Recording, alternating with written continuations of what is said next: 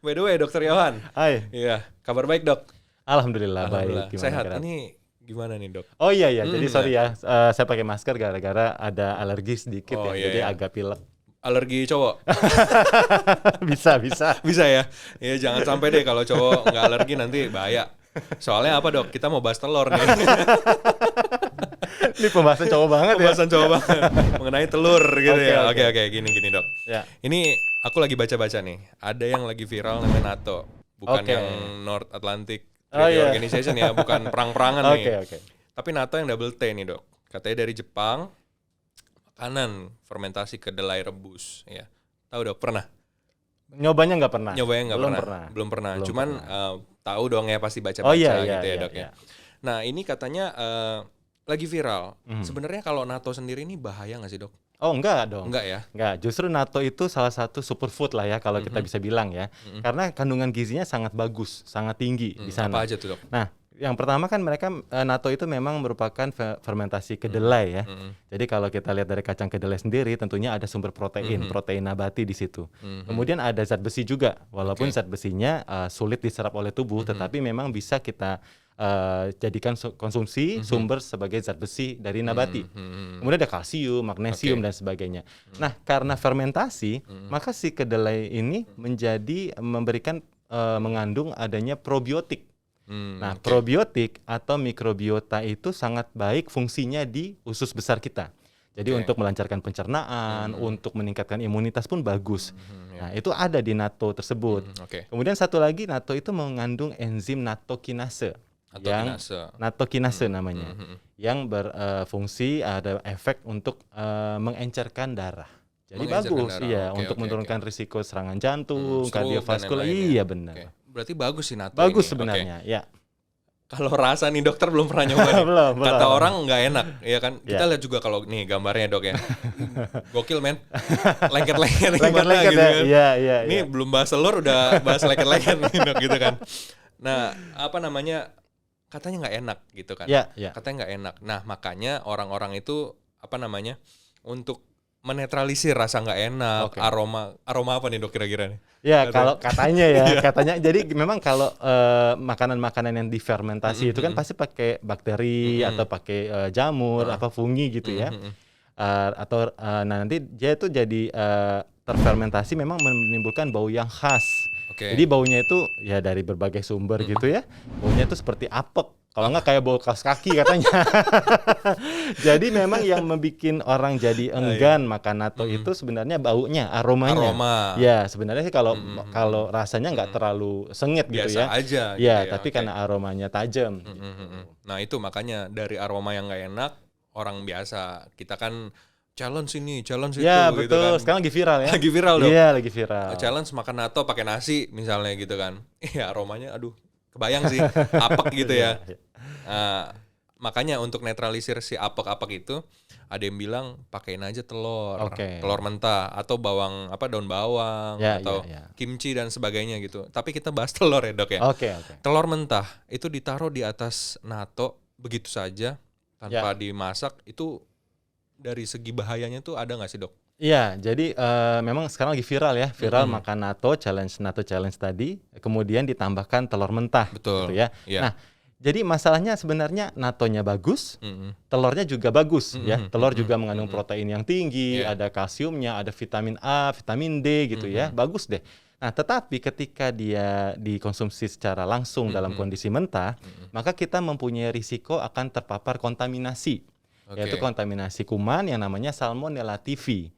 Nah, Salmonella typhi ini kalau memang kita ada di dalam telur mentah tersebut dan kita konsumsi, maka kita yang akan terkena penyakit tipes itu. Oh, tipes. Ya, penyakit tipes kan memang bervariasi ya, ada yang ringan, ada yang berat. Tapi kalau gejalanya berat kan sampai mual muntah, sampai luka pada saluran pencernaan. Jadi akan menjadi risiko penyakit kalau memang kebetulan telur mentahnya itu mengandung kuman. Gitu. Nah, makanya disarankan untuk mengkonsumsi telur itu yang pertama harus mateng.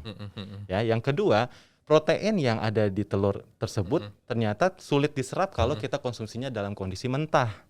Jadi justru protein yang ada di telur itu lebih mudah diserap kalau sudah dimasak. Kalau telurnya diolah, kemudian jadi matang, kemudian baru kita makan. Gitu. Nah itu budaya juga kalau di Indonesia ya. Kita nggak tahu kalau di luar negeri. Kalau di Indonesia memang yang mentah banget itu orang jarang ya kalau di kita gitu. Mungkin setengah matang. Ya boleh, ya ya kan? benar. Atau dicampurin ke teh. Nah, Ini ya, STMJ. Teh telur ya. Iya, teh telur. Benar. Nah itu sebenarnya sedikit berbahaya ya dok ya. Iya, jadi Kalau risikonya tetap ada. resikonya tetap ada gitu ya. Nah tapi memang tidak semua gitu ya. Ya. Jadi kalau misalnya kita kebetulan apes gitu ya, lagi makan telur mentah atau telur setengah matang, kemudian ada bakterinya, Apes. maka akan terjadilah kita jadi terinfeksi gitu. Gitu, oke. Berarti bisa dibilang lebih baik dimasak Ya, sampai matang gitu ya. ya. Soalnya kita punya teman namanya Rizal nih. Oke. Biasa baru masuk dia. Dia kan udah sering dibahas ya dok di podcast itu. Kalau misalnya si Rizal ini sudah selesai record, kita ngobrol nih, dia tinggalin. Ini baru masuk nih kan. Dia suka telur setengah matang dok. Oke. Nah itu mungkin ini bisa ditonton sama Rizal ya. Karena dia tadi boleh skip Rizal nih dok. Iya gitu dok ya. Ya. Memang lebih baik matang. Ketawa deh dok. Gitu ya. Oke. Nah ini sedikit tips buat mungkin sahabat Premier, ibu-ibu yang ada di rumah yang lagi nonton kita ini dok ya. Telur ketika kita beli dari warung itu seharusnya diperlakukan seperti apa sih dok? Untuk masuk kulkas kah? Atau disimpan di mana gitu dok? Oke.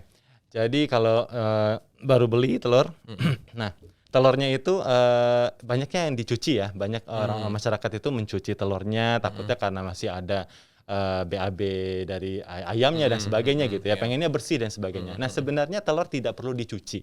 Oh gitu. Ya, jadi kalau beli ya langsung simpan saja di tempat yang aman, kemudian nggak langsung terkena sinar matahari gitu ya.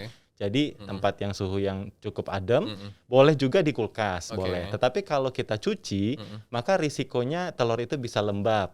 Nah, cepat busuknya. Oh gitu. Jadi kalau mau memang dilap saja. Kalau memang kita jijik atau seperti apa, dilap saja, kemudian disimpan. Jadi simpannya boleh. Kalau mau di pintu kulkas juga nggak apa-apa, atau di suhu ruangan gitu ya, juga nggak masalah. Nggak masalah. Ya gitu nggak masalah. Karena kan ada yang bilang juga dok, kalau misalnya kita taruh di kulkas nggak dicuci, ya kan, nanti nyebar tuh kontaminasi satu kulkas bakteri itu. Ya, nah itu memang ada risiko juga. Makanya memang yang kita sarankan adalah taruh di suatu kotak. Jadi punya wadah sendiri, kemudian diletakkan di kulkas ataupun mungkin di luar di ruangan biasa juga nggak apa-apa. Suhu ruang di suhu ruangan juga nggak apa-apa. Jadi memang ada tuh ya. Jadi kasus-kasus yang naruh telurnya di kulkas, di pintu kulkas. Nah memang sebenarnya letaknya itu juga cukup aman ya, karena di atas kemudian di samping di dekat pintunya, jadi nggak ada terlalu nempel-nempel atau menyebar kepada makanan lain. Tapi memang lebih aman kalau kita letakkan di wadah tertutup. Oh gitu. Oke, nggak perlu di kulkas atau suhu ruang. Ya suhu ruang juga nggak gitu apa-apa. Ya. Oke. Nah dok, terakhir ya, mungkin dokter ada pesan lah untuk sahabat Premier, konsumsi telur yang baik tuh seperti apa sih gitu. Iya.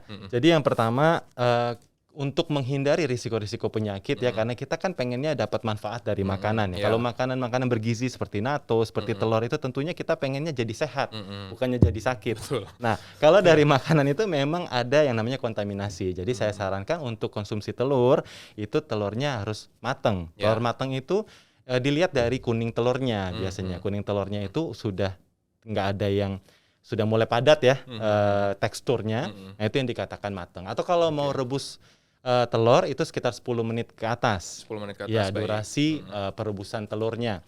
Nah, dengan demikian kita mendapatkan protein yang mudah diserap, kemudian mendapatkan banyak vitamin dan mineral yang terkandung di dalam telur tersebut. Nice, gitu. Oke. Lega ya, selesai juga kita berdua bahas telur nih dok. Oke. Iya. Kalau begitu memang kembali lagi lebih baik matang gitu. Itu ya lebih matang, aman, lebih aman. Apalagi kalau di rumah itu nanti ada anak-anak, ada lansia gitu ya yang mudah terinfeksi ya, atau imunitasnya juga rendah gitu. Maka ya sebaiknya memang disajikan dalam kondisi matang. Iya, itu dia sahabat Premier ya, matang. Ya kan, well done katanya. Well done, ya betul. Oke. Nice, sama juga kayak podcast kita kali ini. Well done, Dok. Well done. Oke. Thank you, Gerard. Ciao, sama-sama, Dok.